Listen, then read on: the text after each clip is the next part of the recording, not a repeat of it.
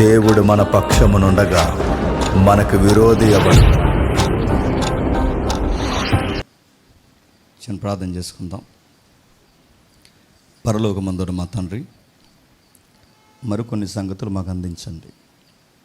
మీ ప్రజలకు అవసరమైన తండ్రి సంగతులు బోధించడానికి నన్ను వాడుకోండి తండ్రి. వారికి ఎలా చెబితే అర్థమవుతుందో అర్థమయ్యే సంగతులు చెప్పగలిగే జ్ఞానం ఇవ్వండి.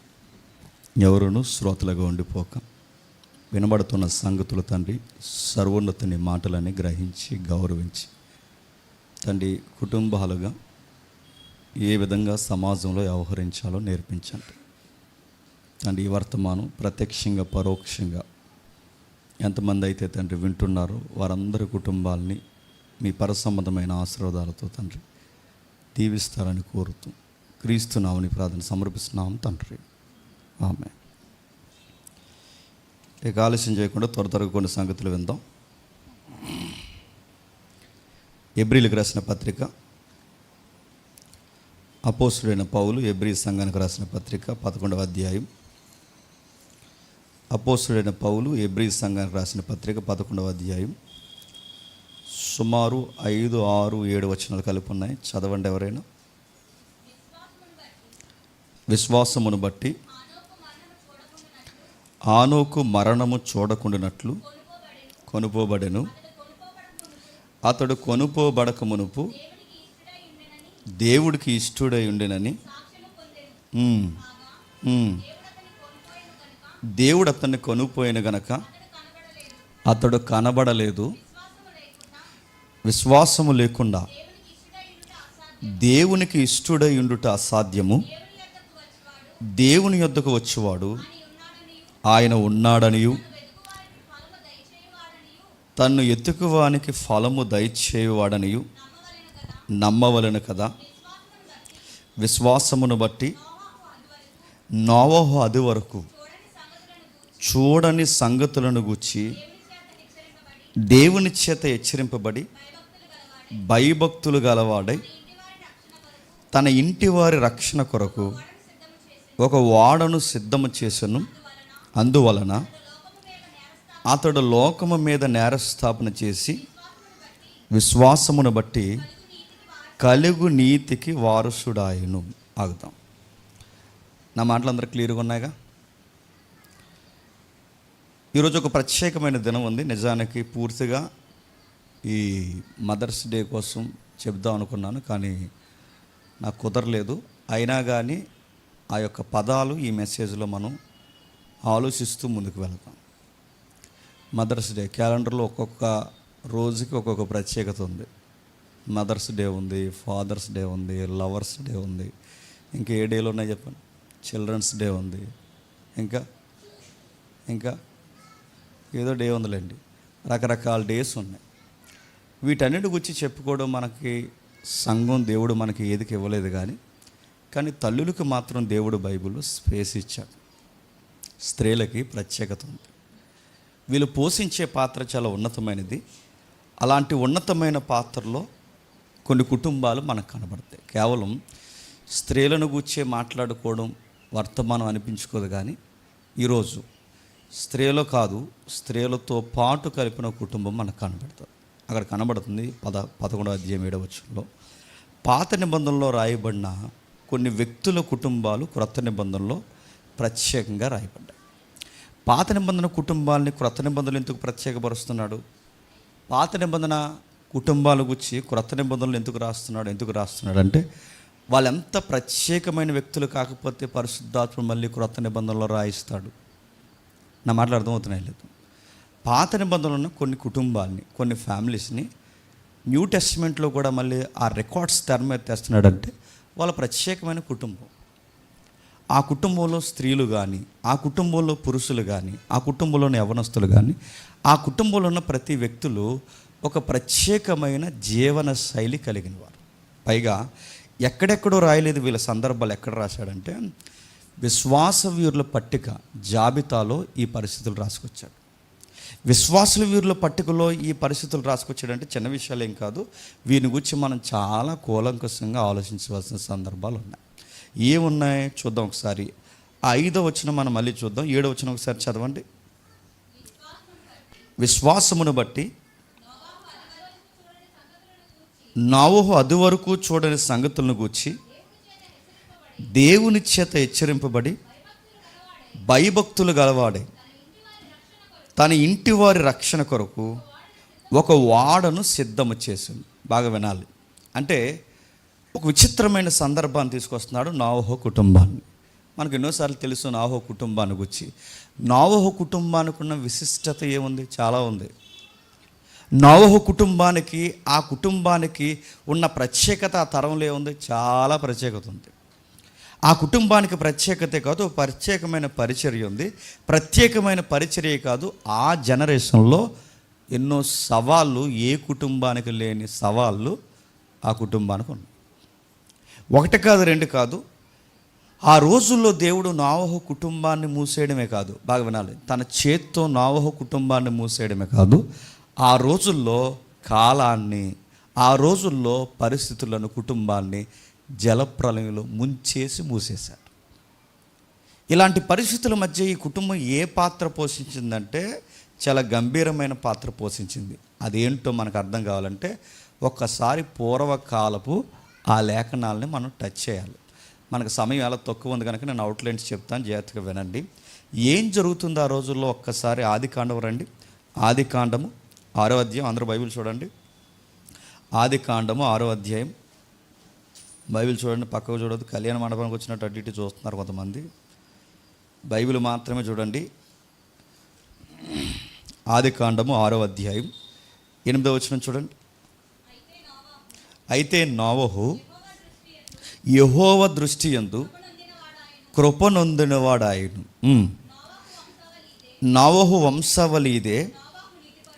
నోవహు నీతిపరుడును తమ తరములో నిందారహితుడై ఉండెను. నోవహు దేవునితో కూడా నడిచినవాడు. ఆ ఒక్క మాట మీకు ఏం తెలియజేస్తుంది?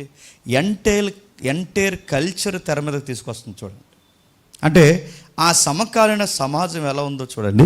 నోవహు వంశావళి ఇదేనట చెబుతూ, నోవహు నీతిపరుడు తన తరములో నిందారహితుడై ఉండెను.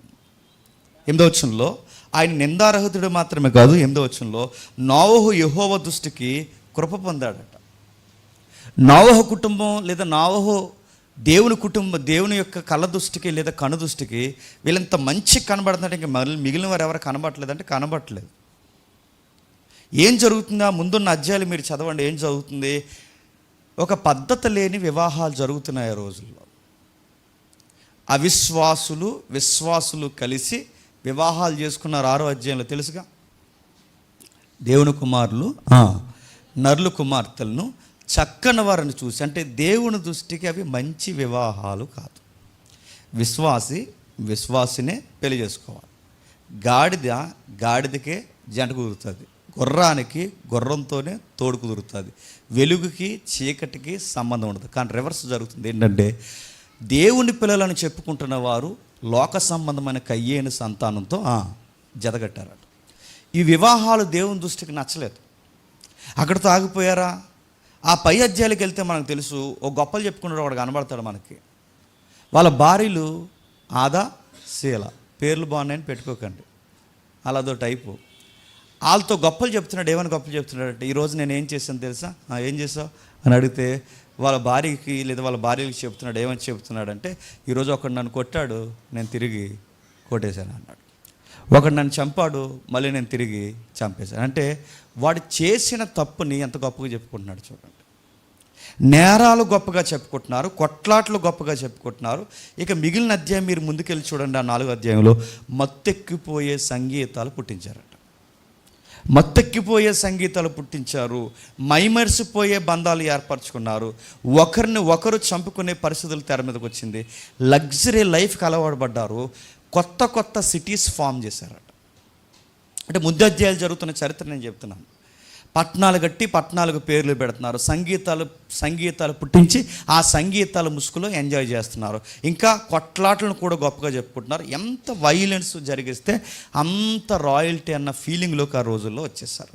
ఇలాంటి పరిస్థితుల్లో సరిగ్గా ఇలాంటి టైంలో దేవుడు అన్నాడట, ఎవరి జీవితాలు బాగాలేని టైంలో ఒక్కరి జీవితం దేవుడికి నచ్చిందట. ఆ ఒక్కరి జీవితం ఎవరిదో మనకు తెలుసు, నోవహు కుటుంబానికి. నోవహు కుటుంబాన్ని ఆ ఒక్కడి జీవితాన్ని మాట్లాడుతున్నాడు. చూడండి ఏమని మాట్లాడుతున్నాడో ఒకసారి చదువుదాం. 8వ వచనం చదువుదాం ఒకసారి. అయితే నోవహు యెహోవా దృష్టికి కృప పొందినాడు. అయితే అన్నాడంటే దాని అర్థం ఏంటి? అంతకు ముందున్న పరిస్థితులు ఏమీ బాలేదు. బాల్యం నుంచి నరుల హృదయాలు బాలేదు, బాలురు బాలేదు, యవనస్తులు బాలేదు, ఒక్కరు బాలేదు. ఎవరు బాలేని టైంలో ఒక్కడ మాత్రం బాగున్నాడు, ఆయనే నోవహు. రెండో ప్రశ్న, నోవహు ఒక్కడే బాగున్నాడా? మర్చిపోద్దు, ఈరోజు స్పెషల్ డే ఉంది. ఏంటి చెప్పండి? మదర్ కూడా బాగుంది. మీరు బైబిల్ వ్యాఖ్యానాలు చదివితే, బైబిల్ నడిచిన విధానం చదివితే, అనేకులకు తల్లి అవ్వమ్మ అయితే, మళ్ళీ ప్రపంచం రెండవసారి పుట్టుకొస్తే మళ్ళీ ప్రపంచానికి రెండవ తల్లి ఎవరైనా ఉందంటే నోవహు భార్య. మర్చిపోద్దు. ప్రపంచానికి మొదటి తల్లి అవ్వమ్మ అయితే, ప్రపంచానికి రెండవ తల్లిలా మిగిలింది నోవహు భార్య మిగిలింది. రెండవది, ఇప్పుడు నీతిమంతుడైన వాడు ఒక్కడే, నోవహు ఒక్కడే లేడు. ఒకవేళ నీతిమంతుడైన ఆయన ఒక్కడైతే మిగిలిన 7గురిని ఆయన ఏదో కావాలని ఈయన యొక్క రికమెండేషన్ మీద రక్షించలేదు. అలాంటి పనులు దేవుడు చేయడు. ఒకరి రికమెండేషన్ వల్ల కుటుంబాన్ని కాపాడేస్తాడా? నాకు బేబీ పుట్టింది మదర్స్ డే నాడు ఇంకో మదర్ పుట్టింది నాకు. ఇప్పుడు నేనేదో జేమ్స్ గారు పెద్ద సేవ చేస్తున్నారని ఇప్పుడు నా భార్యకి రికమెండేషన్ ఇచ్చాడు, నా పిల్లలకి రికమెండేషన్ ఇచ్చాడు, నా లైఫ్ పార్ట్నర్కి రికమెండేషన్ తెచ్చే ముందు పెట్టాడు. వాళ్ళు కూడా గుర్తుపెట్టుకోండి, నా రికమెండేషన్ వాళ్ళకి పనిచేయదు. వాళ్ళకి వాళ్ళ నీతిని బట్టి లేదా వాళ్ళ విశ్వాసమును బట్టే దేవుడు వారిని ఎంపికలోకి తీసుకుంటాడు. ఇంకా రికార్డు మీకు అర్థం కావాలి అంటే ఒక్కసారి యెహెజ్కేలు గ్రంథం తీయండి. యెహెజ్కేలు గ్రంథం 14వ అధ్యాయం. యెహెజ్కేలు గ్రంథం 14వ అధ్యాయం. యెహెజ్కేలు గ్రంథం 14వ అధ్యాయం 14వ వచనం. యెహెజ్కేలు గ్రంథం 14వ అధ్యాయం 14వ వచనం చూడండి ఒకసారి.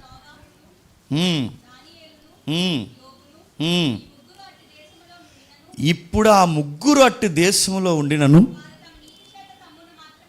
వారు తమ నీతి చేత తమ్ముడు మాత్రమే రక్షించుకుంటారు. అంటే ఆ మాటకు అర్థం ఏంటి? ఎవరి నీతిని బట్టి చెప్పండి, తమ్మును తాము రక్షించుకుంటారు. ఇప్పుడు నోవహు నీతిని బట్టి నోవహు భార్యను రక్షించలేడు, నోవహు నీతిని బట్టి నోవహు కుమారుల్ని రక్షించలేడు. ఎవరి నీతి వాళ్ళకంటే మీకు ఏమర్థమవుతుంది? ఎవరి ప్రార్థన వాళ్ళదే, ఎవరి భక్తి వాళ్ళదే, ఎవరి విశ్వాసం వాళ్ళదే, ఎవరి యొక్క తీరుతనులు, ఎవరి నీతి వాళ్ళదే. ఒకరిది ఒకరికి వర్తించదుగాక వర్తించదు. యేసుక్రీస్తుని పక్కన పెట్టండి. ఒకరిది ఒకరికి వర్తించదు. ఎందుకంటే నోవహు నీతిమంతుడు కాబట్టి తన భార్యని తన నీతిని బట్టి దేవుడు రక్షించే ప్రయత్నం చేయలేదు. చాలామంది పూర్వకాలం నేను బైబిల్ నేర్చుకున్న కొత్తలో ఇలాంటి ప్రసంగాలు చెప్పేవారు. ఏమనంటే నోవహు ఒక్కడే నీతిమంతుడు కనుక మిగిలిన వారిని కూడా రక్షించాడు. అలా లేదు బైబిల్లో. నోవహును బట్టి అని లేదు, నోవహు ఉన్నాడు కాబట్టి అని లేదు. నోవహుతో పాటు 7గురు కూడా బాగున్నారు కాబట్టి రక్షించాడు.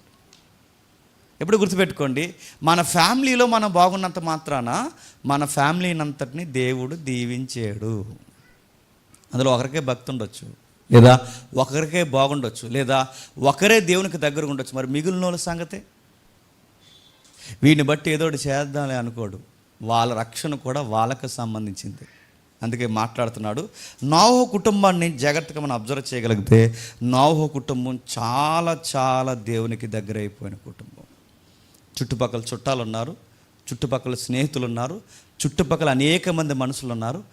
ఎవరితోనో ఆయన కాంటాక్ట్ అయ్యాడు లేదో నాకు తెలియదు, కానీ ఆయనకి దగ్గరకు ఉన్న ఫ్యామిలీ మెంబర్స్ 7 మెంబర్స్ ఉన్నారు చూసారా, ఆ 7గురితో మాత్రం ఆయన కాంటాక్ట్ అయ్యాడట. ఏ విషయంలో ఆయన కాంటాక్ట్ అయ్యాడు? దేవుడు ఒక విషయం చెప్పాడు. ఈ ప్రపంచాన్ని దేవుడు నేడో రేపో తీసేయాలనుకుంటున్నాడు, జలప్రలయం రప్పిస్తాడట. ఇదివరకు అలాంటి ప్రళయాలు జరిగాయో లేదో, ఎలా ఉంటాయో మనకు తెలియదు. అసలు ఇలాంటి సముద్రాలు పొంగిపోవడం, ఆకాశం వాకిళ్ళు ఇప్పబడడం, ఈ భూమి అంతా నిండిపోవడం, పర్వతాలు సైతం మునిగిపోవడం, ఇలాంటి జరుగుతుందని, ఒక ప్రమాదం పొంచుందని దేవుడు నాకు చెప్పాడు. నాకు చెప్పిన సంగతులు ఇగో మీ 7గురికి చెప్తున్నాను. ఆయన చెబుతూ ఏమన్నాడంటే ఒక పెద్ద వాడ కట్టమన్నాడు. ఒక పెద్ద వాడ కట్టమన్నాడు. ఆ ప్రాజెక్ట్ మనం చేయాలనగానే అర్థం చేసుకుని ఆయన లాంటి వైరాగ్యం ఉన్నవారు కాబట్టి ఆ విషయాన్ని సీరియస్గా తీసుకున్నారు. కానీ ఒకవేళ వాళ్ళు అర్థం చేసుకునే అయితే ఏమంటారు చెప్పండి? ఇల్లు కట్టడమే చాలా కష్టం. అలాంటిది చెప్పండి ఏం కట్టాలట? మీరు కట్టండి అంటారా అనరా? పైగా అందులో ఎంతమంది లేడీస్ ఉన్నారు చెప్పాలి? 4 లేడీస్ ఉన్నారు. ఎంతమంది? క్షమించండి, 3 లేడీస్ ఉన్నారు. అందులో 3 లేడీస్ ఉంటే 3 బాయ్స్ ఉన్నారు. అంటే సగానికి సగం పైన లేడీస్ ఉన్నారు, సగానికి సగం బాయ్స్ ఉన్నారు. ఇప్పుడు వీళ్ళు హెల్ప్ తీసుకుంటే ఎవరి సహాయం తీసుకోవాలి? స్త్రీల సహాయం తీసుకోవాలి. ఈ స్త్రీల సహాయం తీసుకుంటే అంటే నోవహు భార్య. ఇప్పుడు ఎంతమంది కొడుకులు? 3 కొడుకులు. 4 క్షమించండి, ఈ ఆడలు కూడా వద్దులోకి మనం కన్ఫ్యూజ్. 4 ఉన్నారు, మళ్ళీ చెప్తున్నాను. ఇప్పుడు వాళ్ళు 4. ఇప్పుడు ఈ 4 సంగతి సేము, హాము, యాపేతు, ఈవిడితో కలిపితే 4. ఈ 4 భార్యలు అంటే 4 ఎవరైతే ఉన్నారో ఈ స్త్రీలను తీసుకొచ్చి ఈ స్త్రీలతో ఇప్పుడు వాళ్ళు మాట్లాడాలి. స్త్రీల మాట వింటారా? మిమ్మల్ని అడుగుతున్నాను. ఇల్లు కాదు దేవుడు వాడకట్టమన్నాడే మనల్ని అంటే ఏమంటారు చెప్పండి? ఏమంటారు? వాడకట్టడం ఏంటండి అని అడుగుతారు, అడగరా? అదే సముద్రం మీదకి వచ్చేస్తుందట, ప్రపంచం అంతా మునిగిపోతుందట, దేవుడు మనల్ని వాడెక్కమన్నాడంటే మీరు ఎక్కండి అంటారు. నేను అడుగుతున్నాను, వాళ్ళకి అర్థమవుద్ది అంటే అందరి స్త్రీలకి అర్థమవుతుందో లేదో నాకు తెలియదు, కానీ ఒక మాట అయితే చెప్తున్నాను వినండి. అందరికి అర్థమవుతుందో లేదో నాకు తెలియదు, కానీ విశ్వాసులైన తల్లులకి, మదర్స్కి ఖచ్చితంగా అర్థమవుతుంది. వాళ్ళకి అర్థమైంది కనుక సుమారు 100 ఏళ్ల ప్రాజెక్ట్ అంటే ఒక ఇల్లు కట్టే గొప్ప కార్యక్రమం కన్నా, ఒక భవంతిని కట్టే గొప్ప కార్యక్రమం కన్నా వాడ కడదామని తన భార్య తనతో చేతులు కలిపి వాళ్ళ కోడళ్ళు మామగారితో చేతులు కలుపుతున్నారంటే ఎంత మంచి వికాసం ఉన్న తల్లులండి వాళ్ళు, ఎంత విశాల దృక్కోణం ఉన్న తల్లులండి వాళ్ళు. పైగా వాళ్ళకి ఎంతో చెప్పుకోలేని బాధలు వాళ్ళని వెంటాడుతున్నాయి. అప్పటికే 1 కాదు 2 కాదు, అప్పటికే చాలా బాధలు పడి ఉన్నారు. ఇప్పుడే కాస్తంత జీవితం బాగుందనుకునే సమయానికి ఈ పెద్ద ప్రాజెక్ట్ వచ్చి మీద పడింది. అంటే అప్పటి వరకు వాళ్ళ జీవితాలు బాగాలేదంటారు మీరంటే బాగాలేదు. ఏ విషయాల్లో బాగాలేదు? ఒక భార్య భర్తలు ఏ సంగతుల్లో అయితే బాధపడతారో ఆ సంగతుల్లోనే నోవహు భార్య బాధపడ్డారు. ఏ సంగతుల్లో బాధపడ్డారో ఒకసారి 5వ అధ్యాయం 32వ వచనం చూడండి. 5వ అధ్యాయం 32వ వచనం. నోవహు 500 ఏండ్లు గలవాడై సేమును, హామును, యాపేతును కనెను. ఎంతమందిని కన్నాడట? 3. సేము, హాము, యాపేతు. ఈ 3 ఎప్పుడు కన్నాడట? 500 సంవత్సరంలో కన్నా. అంటే సుమారు 400 సంవత్సరాలు వాళ్ళకి ఎవరు లేరు చెప్పండి. బయటికి వెళ్ళి చూడండి, పిల్లలు లేని వాళ్ళు ఎంత ఏడుస్తారు. బయటికి వెళ్ళి చూడండి, పిల్లలు లేకపోతే ఎంత బాధపడతారో. క్రీస్తు పూర్వమైన, క్రీస్తు శకమైన పిల్లలు లేని దంపతుల్ని ఎలా చూస్తారు చెప్పనా? దేవుని కృపలు ఎదురేలకే అంటారు.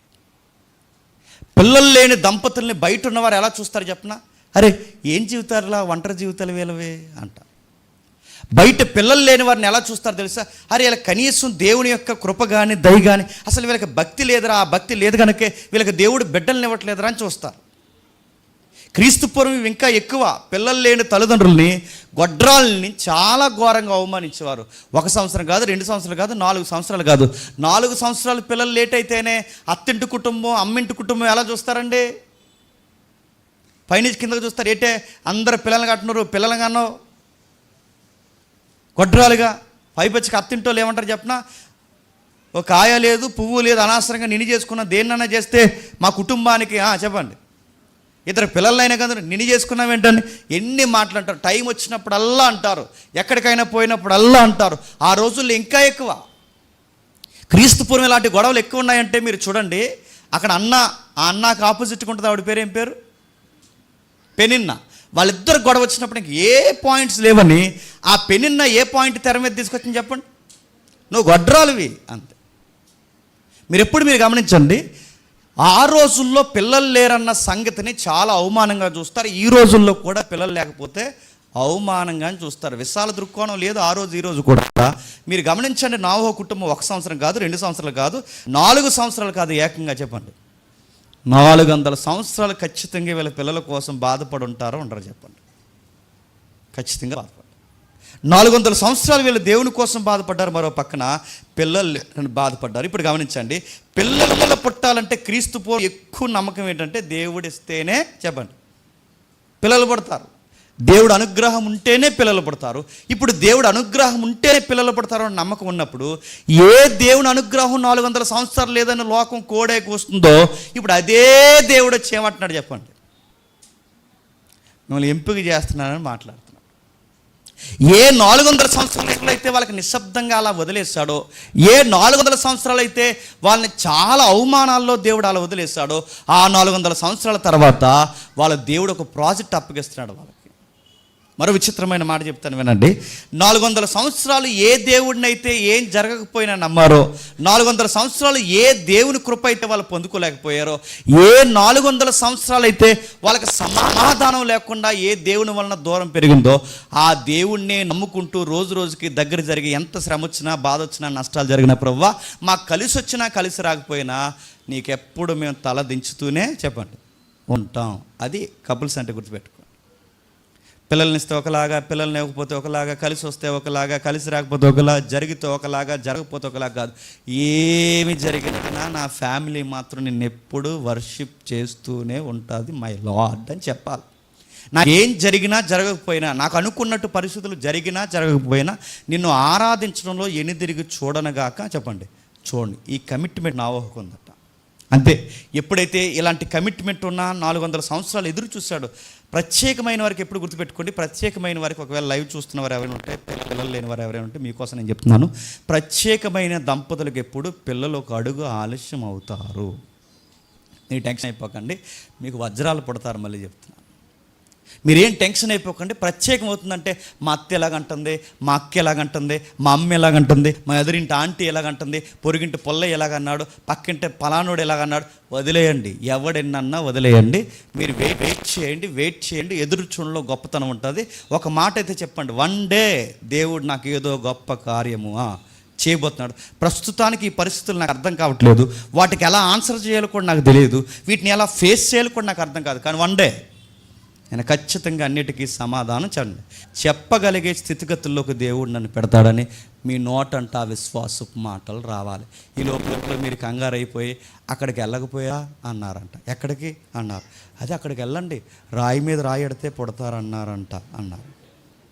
రాయి ఎత్తడు అలాంటి పని చేశారంటే, రాయి మీద రాయి ఎట్టండి, రాయిని ఉయ్యాలి సోపండి.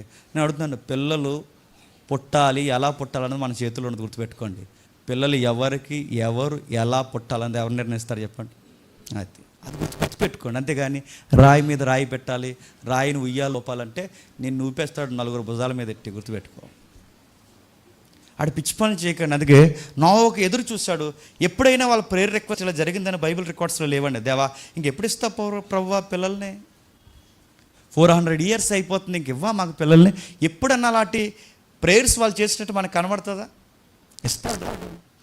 ఇప్పుడు కాకపోతే రేపు ఇస్తాడు, రేపు కాకపోతే తర్వాత ఇస్తాడు, లేకపోతే ఇవ్వడం మానేస్తాడు. ఆయనకి నచ్చినప్పుడు ఇస్తాడు. వాళ్ళ మౌనం వెనకాల వాళ్ళ దేవుడి పట్ల వాళ్ళకున్న నమ్మకం చూడండి ఎంత బాగుందో. అనుకున్నట్టుగా ఇచ్చాడు 500 సంవత్సరాలకి. ఇచ్చినప్పుడు ఏం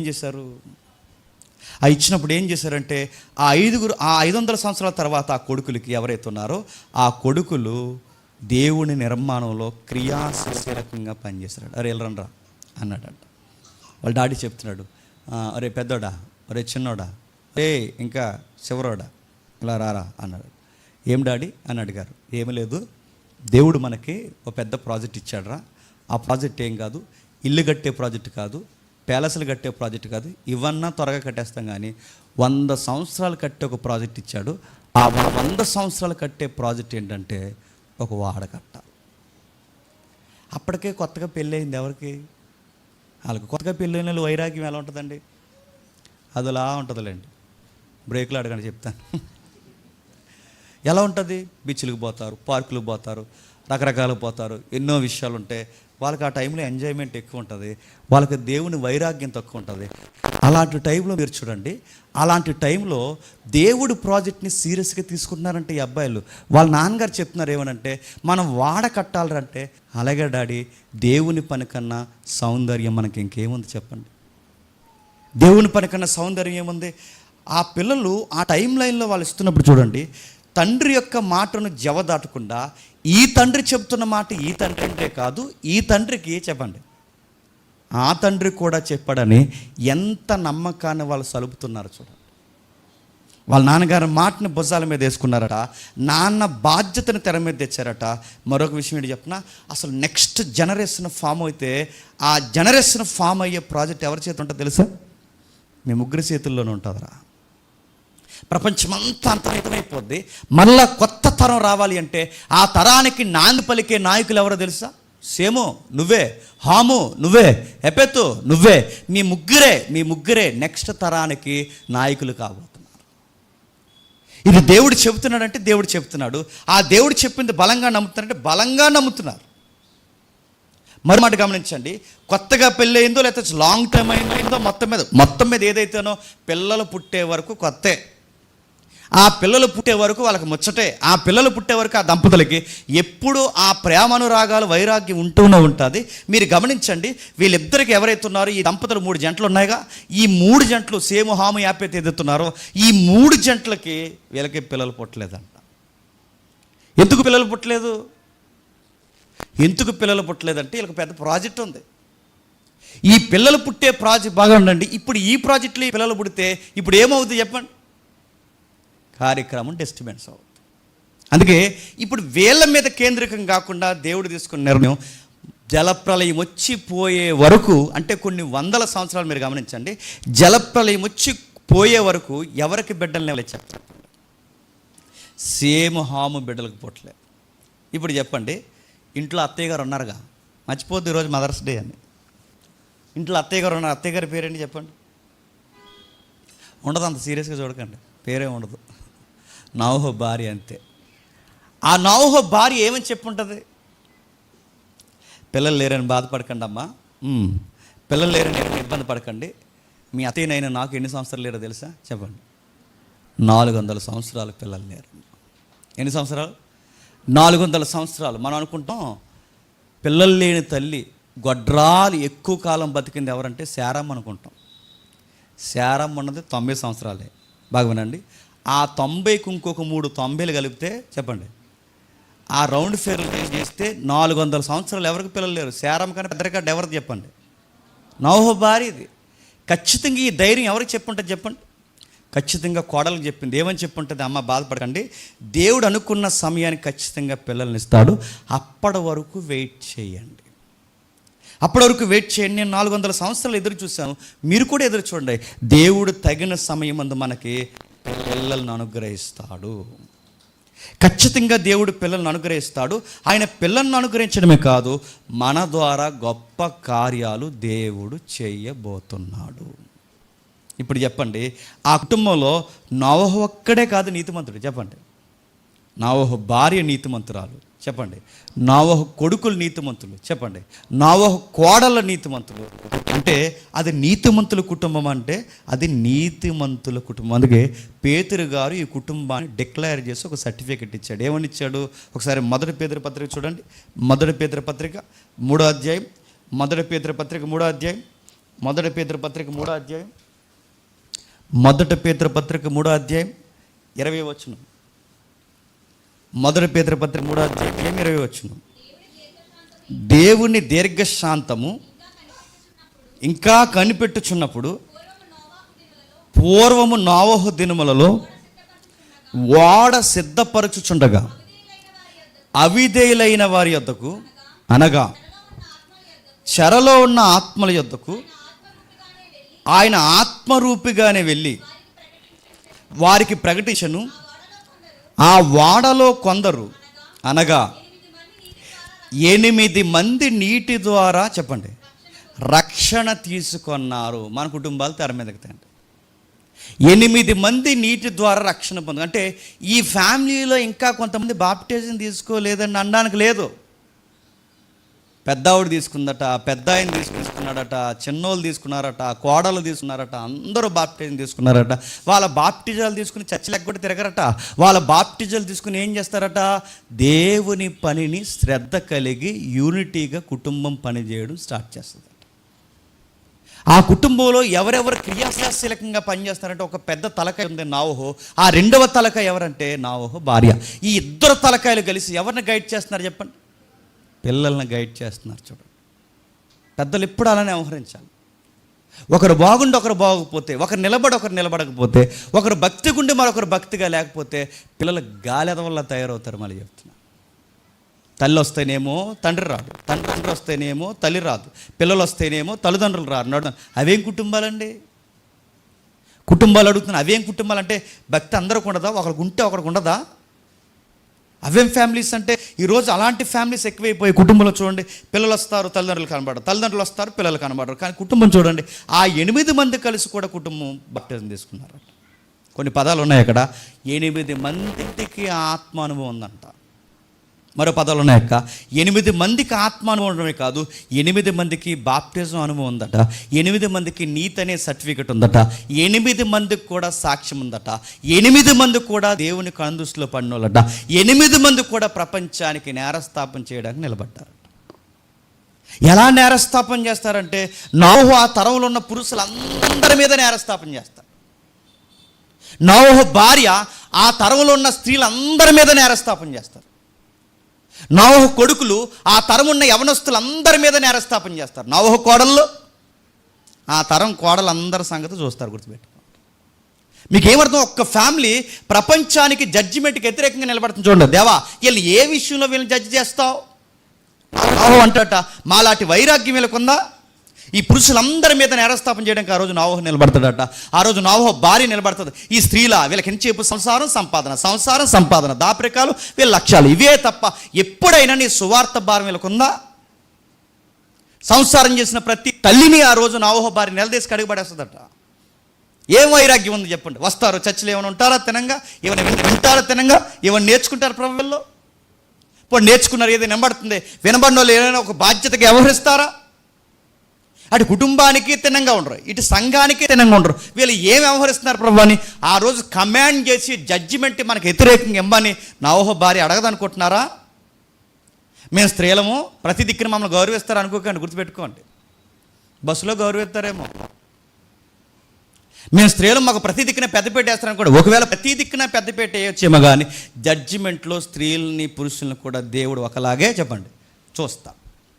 నోహు భార్య నేరస్థాపన చేస్తారు, నోహు కోడలు నేరస్థాపన చేస్తారు. వాళ్ళు ఖచ్చితంగా నిలబడతారు, వారు మాట్లాడతారు. ఎందుకు మాట్లాడతారు? ఇదిగో ప్రభువా, నా భర్త ఏది చెప్తే తలదించాను నేను. నా భర్త ఒక మాట, నా ఒక మాట కాదు. నా కోడలు అంటారు, మా మాంగారు ఏది చెప్పారో తలదించాం మేము. మా భర్తలు ఏ పని చేస్తున్నారు మేము ఆ పని చేస్తాం. ఆ కొడుకులందరూ నేరస్థాపన చేస్తారు. మా నాన్న అమ్మ చెప్పిన మాటలు మేము వింటూ తలదించామని ఆ రోజు నేరస్థాపన చేస్తారు. చేయరనుకుంటున్నారా? కొడుకులు కోడళ్ళు ఒకటైన తర్వాత తండ్రులు అన్నారట, మీరు మాకు అడ్డు అయిపోయారు, మీరు ఏరేగా ఉంటారా అన్నారంట. ఏమడ్డు అయిపోయారో? మీరు ఏరేగా ఉంటారా అని అడిగారట. నేను అడుగుతున్నాను, వాళ్ళు ఏరేగా ఉంటే అసలు నేను ఏరేగా చిన్నప్పుడే బిడేస్తే కాగితాలు ఎత్తుకుంటూ తిరుగుతూ, నేను చిన్నప్పుడే బిడేసింది అనవసరంగా వదిలేశారు. నేను కొత్తగా కోళ్ళు వచ్చే సమయానికి వీళ్ళు ఏం చేస్తారు చెప్పండి? కొత్తగా కోళ్ళు వచ్చే సమయానికి ఆ తల్లిదండ్రులతో కలిసి ఉండడానికి వాళ్ళకి ఎంత ఇబ్బందో, వాళ్ళు ఉండడానికి ఎంత ఇబ్బంది పడిపోతారో, ఎంత నసుకుతూ బాధపడతారు. నోహు కోడళ్ళు, నోహు యొక్క భార్య, అత్తా కోడళ్ళు ఎలా కలిసి వస్తున్నారంటే నాకు చిత్రంగా ఉంటుంది. నడుతున్నాను, అత్తా కోళ్ళు కొట్టుకొని అత్తా కోళ్ళు ఎవరున్నారు చూపించండి, ఉంటారా? వందనాలు అత్తగారు అంటారు, పక్కెళ్ళి చచ్చిపోతున్నాను దీంతో అంటారా చెప్పండి. బాగున్న తల్లి భోంచేసేవే అని అడుగుతుంది వాళ్ళ అత్త వాళ్ళ కోడని. చేశాను అత్తయ్య గారు, మీరు అని ఎంత నైస్గా మాట్లాడుకుంటారు బయట. పక్కెళ్ళక అంటది కోడలు, ఏమని చెప్పినా చచ్చిపోతాను దీంతో పడలేక. ఆ కోడలను చూసి అత్తగారు అంటది, ఏమని చెప్పినా పనికి మళ్ళీ అనవసరంగా చేసుకున్నాను దీన్ని. ఆ రోజు మాకు కొత్తగా కనబడింది, ఇంకా మంచి సంబంధాలు వద్దును మాకు, ఆ కూర వేసుకుపోయావా అంటారట. ఇలాంటి దరిద్రాలు అన్నీ ఉంటాయి ఫ్యామిలీస్లో. అడుగుతున్నాను, మదర్స్ డే అనగానే ఫేస్బుక్లో కామెంట్ పెట్టేసి హ్యాపీ మదర్స్ డే అని ఎవరైతే కొడుకులో చెప్పాడు కాదు, నీ భార్య మీ అమ్మ కలిసి ఉండే వైరాగ్యం నువ్వు చూడగలుగుతున్నావా? మళ్ళీ అడుగుతున్నాను నేను ఒక మాట, నీ భార్యని మీ అమ్మ ఎవరైతే ఉన్నారో కూతురులాగా చూడగలదా? కానీ అలాంటి అమ్మకు చెప్తావు నువ్వేమని చెప్పండి, హ్యాపీ మదర్స్ డే అమ్మ అని. నేను అడుగుతున్నాను, నీ భార్య ఎవరైతే ఉందో ఆ భార్య ఎవరైతే నీ తల్లి ఉందో నీ తల్లిని వాళ్ళ అమ్మలాగా ఫీల్ అవ్వగలదా? అలా డోలు చెప్తావు నువ్వేమని చెప్పండి. మళ్ళీ వాళ్ళు తిరగబడిపోతారు, ఎందుకు వచ్చిన గొడవ. మీరు ఎక్కడ చూడండి వాళ్ళ వైరాగ్యం చూస్తుంటే విచిత్రంగా అనిపిస్తుంది, ఎక్కడ చూడండి వాళ్ళు నిలబడిన విధానం చూస్తుంటే మనకు చాలా చాలా విచిత్రంగా అనిపిస్తుంది. పైగా వాళ్ళ ప్రకటనట, బాగా వినండి, వాళ్ళ ప్రకటనట ఇప్పుడు కొత్తగా వాడ కట్టమని, ఇప్పుడు కొత్తగా జలప్రలయం వస్తుందని చెప్పిన ప్రాజెక్ట్ ఏం కాదట. అంటే ఇప్పుడు జలప్రలయం జరగబోతుంది, ప్రమాదం జరగబోతుందని ఇప్పుడు కొత్తగా చెబుతున్నది ఏం కాదంట. సుమారు 2-3 తరాల నుంచి చెబుతూనే ఉన్నాడు దేవుడు. ఏ 2-3 తరాల నుంచి చెప్తున్నాడు? ఆనోకు తరంలో చెప్పాడు, మెతూసల తరంలో చెప్పాడు, లెమేకు తరంలో చెప్పాడు. ఎన్ని తరాలు? సుమారు 3 తరాల నుంచి ప్రమాదం రాబోతుంది అని చెప్పాడు. జలప్రలయం వస్తుందని నోహు ఒక్కడికే కాదు, చెప్పండి, నోహు ఒక్కడికే కాదు, 3 తరాల ముందు నుంచి చెప్తున్నాడట. ఈరోజు మనం కూడా చెప్తుంటాం కదండి, మన పెద్దలు చెప్పారు ఏమని? రాకడ వస్తుందని. మన ముందు ఉన్న వాళ్ళు చెప్పారు ఏమని? రాకడ వస్తుందని. అంతకుముందు ఉన్న వాళ్ళు చెప్పారు ఏమని? రాకడ వస్తుందని. అలా చెబుతారని రోజుకి మనం ఎలా అలవాటు అయిపోయాం? అలాగే చెప్తారులే. మన పెద్దోళ్ళు చెప్పారు ఏమని? రాకడ వస్తుందని. తర్వాత వాళ్ళు చెప్పారు రాకడ వస్తుందని. మన ముందున్న వాళ్ళు చెప్పారు రాకడ వస్తుందని. ఇప్పుడు మనం అడుగుతున్నాం, ఇప్పుడు నేను రాకడ ప్రసంగం చెప్తాం, మీకు ఏమనిపిస్తుంది చెప్పండి? చాలా కాలం నుంచి చెప్తున్నారు రాకడ వస్తుందని. వస్తుంది, బట్ ఇప్పుడు కాదు. వస్తుంది కానీ ఇప్పుడు కాదు. ఇలాంటి నిర్లక్ష్యం ఉంటుంది ఉండదా? కానీ వాళ్ళకి లేదంట. వాళ్ళకి ఎందుకు ఆ నిర్లక్ష్యం లేదంటే వాళ్ళు చాలా బలంగా నమ్ముతున్నారు.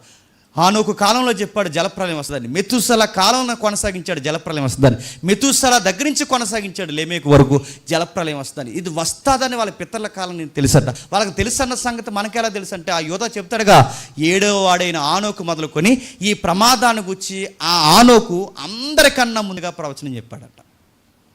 జలప్రలయం వస్తుందో, జలప్రలయం వస్తుందో, జలప్రలయం వస్తుందని. అంటే నోహు ఒక్కడే కాదు, ఆ తరంలో ఉన్న ప్రతి ఒక్కరూ ఆ కుటుంబం ముందే ప్రకటన చేసుకుంటూ వచ్చారట.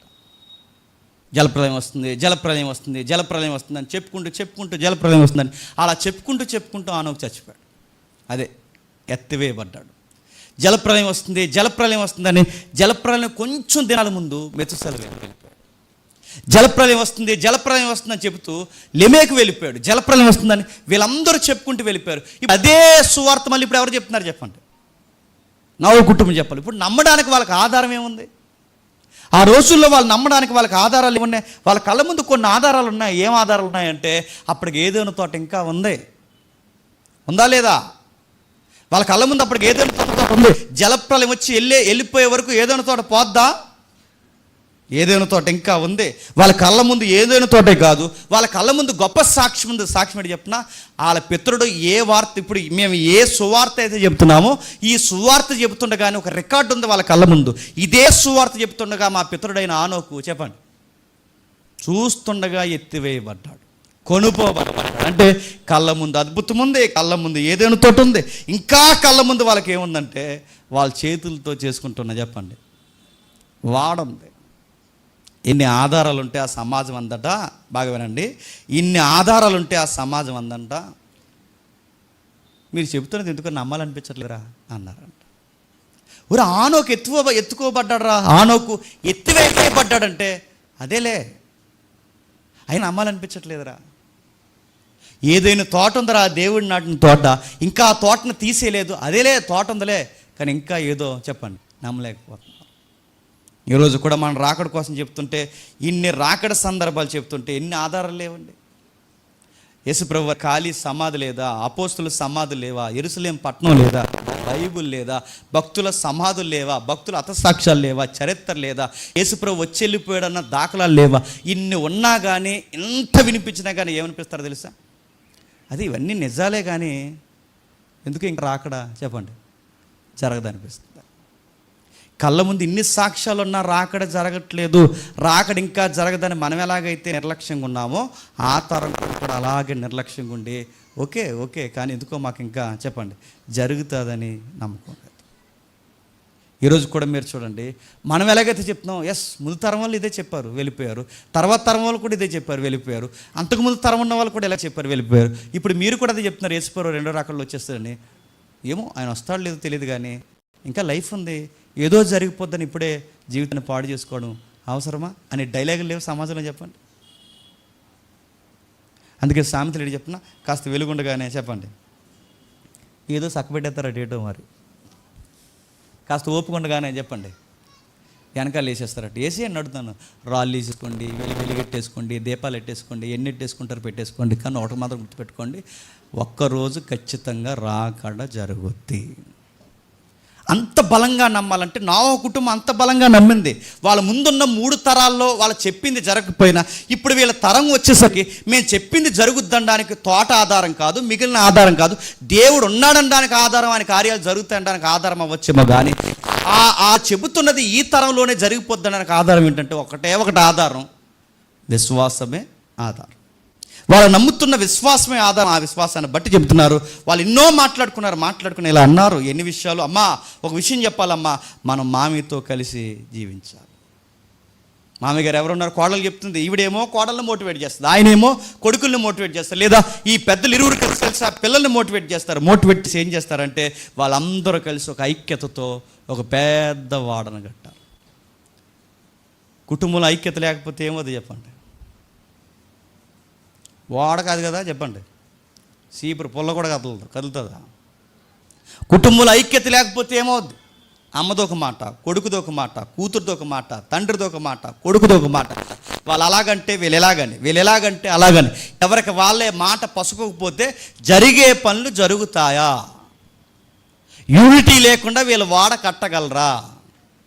భర్త మాట భార్య ఉంది కనుక, భార్య మాట పిల్లలు విన్నారు కనుక, పిల్లల మాట కోడలు విన్నారు కనుక, ఒకరి మాట ఒకరిట్టారు కనుక, యూనిటీగా అందరూ కలిసి ఉన్న కనుక అంత పెద్ద ప్రాజెక్ట్ని 1 సంవత్సరం కాదు, 2 సంవత్సరాలు కాదు, ఎన్ని సంవత్సరాలు చెప్పండి, 100 ఏళ్ళు కలిసి కట్టగలిగారంటే వాళ్ళు ఒకరి మాటను ఒకరు గౌరవిస్తారు.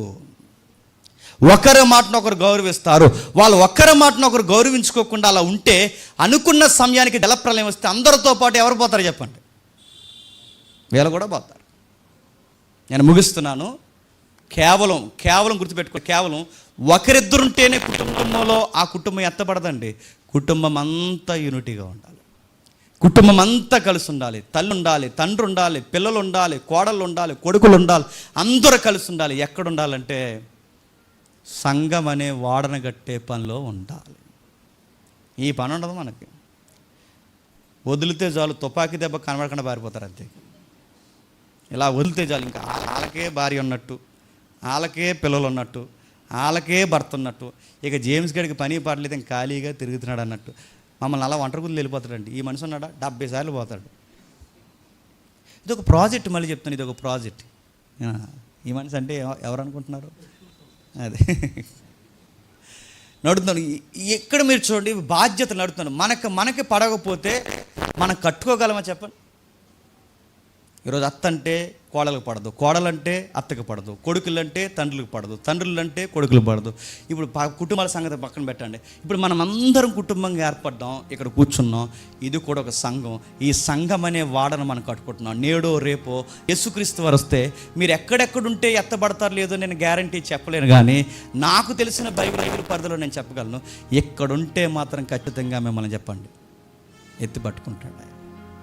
ఖచ్చితంగా ఇక్కడ ఉంటే ఎత్తి పట్టుకుంటాడు. అందుకే ఆ తరం అన్నాదట. 8వ అధ్యాయంలో మాట్లాడుతూ ఒక మాట అంటున్నాడు చూడండి. 8వ అధ్యాయం 20వ వచనం చూడండి, ముగించుకుంది. 8వ అధ్యాయం 20వ వచనం, పవిత్ర పశువులన్నిటిలోనూ కొన్ని తీసుకొని ఆ పీఠము మీద దహన బలి అర్పించెను. అప్పుడు యెహోవా ఇంపైన సువాసన ఆగ్రహించి ఇక మీదట నరులను బట్టి భూమిని మరలా శపించున్నాడు. దేవునికి మళ్ళీ వర్షిప్ చేస్తున్నాడు, దేవునికి గొప్ప అర్పణలు అర్పిస్తున్నాడు.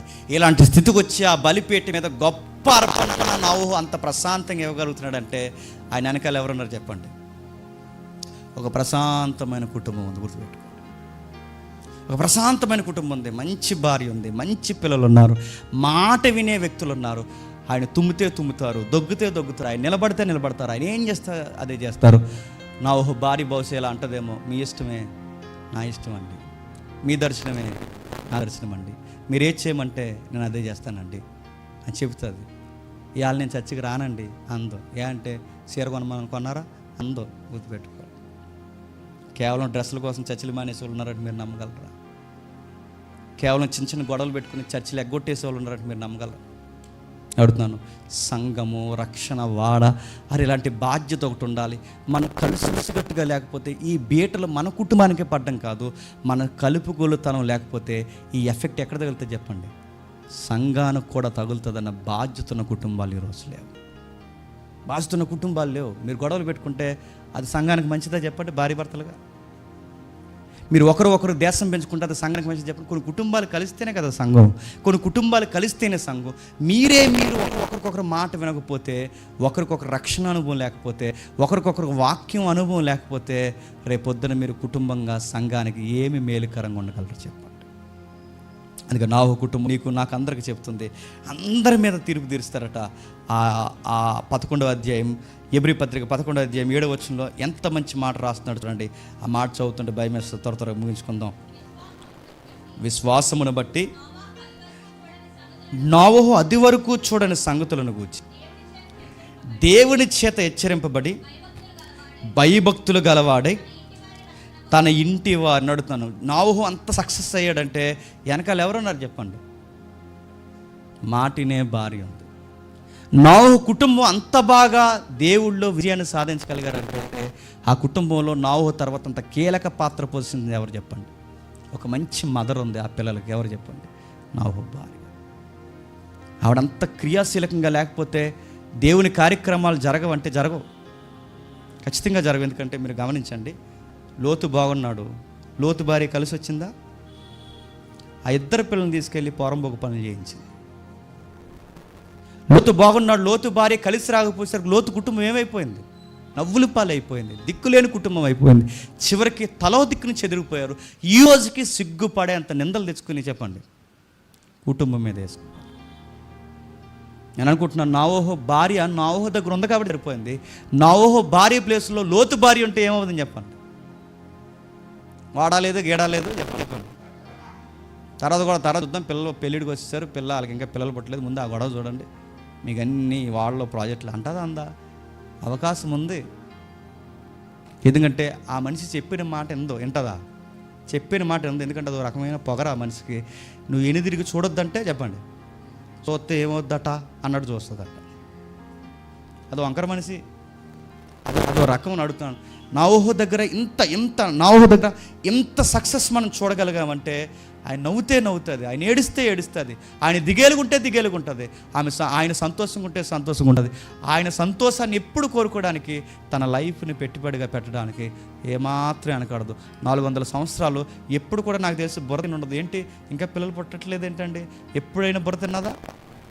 కానీ బైబిల్లో ఆవిడ బుర్ర తినేసింది తెలుసా? ఆ యాకోబు గారి భార్య. అందుకే ఆవిడ పేరు ఏం పేరు? రాహేలు. పిల్లల్ని ఇస్తావా చచ్చిపోమంటావా? పిల్లల్ని ఇస్తావా చచ్చిపోమంటావా? ఎవడన్నా ఉంటా అందరూ చచ్చిపో అందరు. మొన్న ఒక వీడియో చూసాను నేను.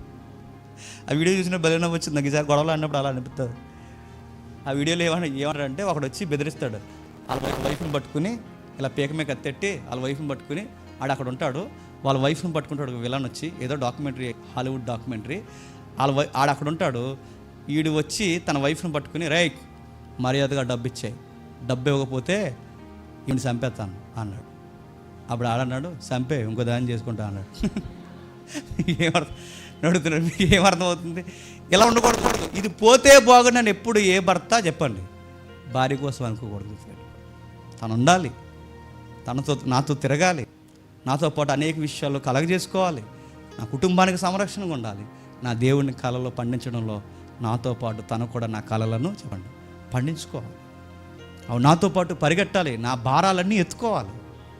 నా ప్రతి పరిస్థితుల్లో మీరు నవ్వుతే నవ్వుతాను, ఏడుస్తే ఏడుస్తాను, మీరు ఎలా ఉంటే అలా ఉంటానని చెప్పే చక్కటి తల్లులు కావాలి స్త్రీలలో. అలాంటి తల్లి క్రియాశీలకంగా పనిచేస్తుంది కాబట్టే తన ఇంటి వారి రక్షణ కొరకు ఏం కట్టున్నాడు చెప్పండి? ఎల్ఎల్సి పాలసీ కట్టడం లేదు అక్కడ. తన ఇంటి వారి రక్షణ కొరకు లైఫ్ ఇన్సూరెన్స్ తయారు చేశాడు. పెద్దది, పోతే 50 లక్షలు వస్తాయట, అది కట్టలేదు అక్కడ. తన ఇంటి వారి రక్షణ కొరకు ఏం ప్లాన్ చేశాడు చెప్పండి?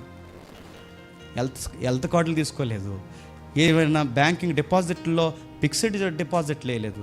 ఒకవేళ ఉంటే వేస్తాడు లేదో నాకు తెలియదు, కానీ మరి ఏం కేర్ తీసుకున్నాలో ఇంటి పట్ల అంటే, డబ్బున్నా లేకపోయినా, పేరున్నా లేకపోయినా, నా ఇంటి వారికి సేఫెస్ట్ ప్లేస్ ఏదైనా ఉంది అంటే వాళ్ళకి రక్షణ జీవితం ఉందా లేదా? అది మాత్రం చాలా సీరియస్గా తీసుకున్నాడట. వాక్యం వింటున్నావా అని అడుగుతాడు, నేర్చుకుంటున్నావా అని అడుగుతాడు, ప్రేయర్ చేసుకున్నావా భోజనం చేస్తున్నప్పుడు అడుగుతాడు, ప్రతీదీ కేర్ తీసుకుంటాడు.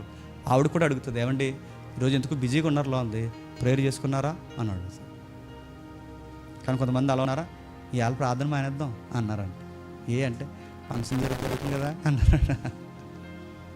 అడుగుతున్నాను, ఇలాంటి దంపతులను చూస్తుంటే చెక్కిపోద్దని నాకు మళ్ళీ చెప్తున్నాను. దేవుడు దేవుడు దేవుడు, ఆయన హల్లెలూయా అంటే నువ్వు హల్లెలూయా అనాలి, ఆమెను అనకూడదు, గుర్తుపెట్టుకో. ఆమెనంటే నువ్వు ఆమెను అనాలి.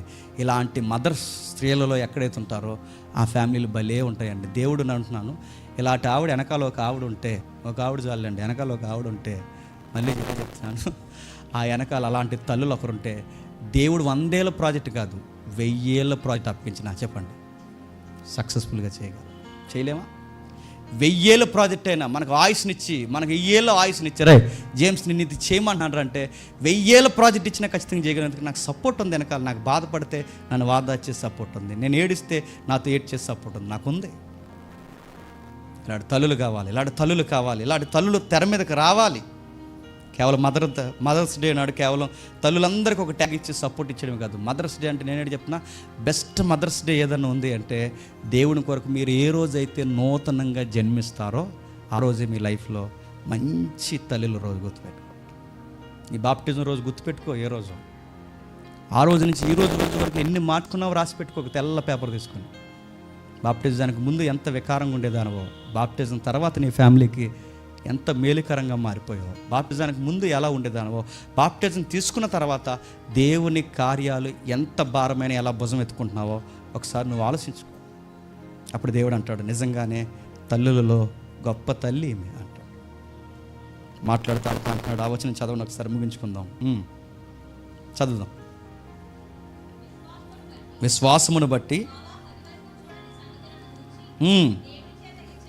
దేవుని చేత హెచ్చరింపబడి భయభక్తులు గలవాడే తన ఇంటి వారి రక్షణ కొరకు ఒక ఓడను సిద్ధం చేశాను,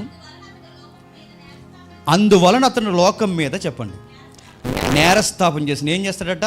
అందువలన అతడు లోకం మీద నేరస్థాపన చేయును. గమనించండి, నోహు ఒక్కడే నేరస్థాపన చేస్తాడా? మిగిలిన 7 కూడా నేరస్థాపన చేస్తారు. ఎవరెవరు ఎలా నేరస్థాపన చేస్తారు? పురుషులందరి మీద నోహు నేరస్థాపన చేస్తాడు. యవనస్తులందరి మీద తన కొడుకులు నేరస్థాపన చేస్తారు. భార్యలందరి మీద నోహు భార్య నేరస్థాపన చేస్తుంది. కోడళ్ళందరి మీద చెప్పండి కోడలు నేరస్థాపన చేస్తారు. ఏమని నేరస్థాపన చేస్తారు చెప్పండి?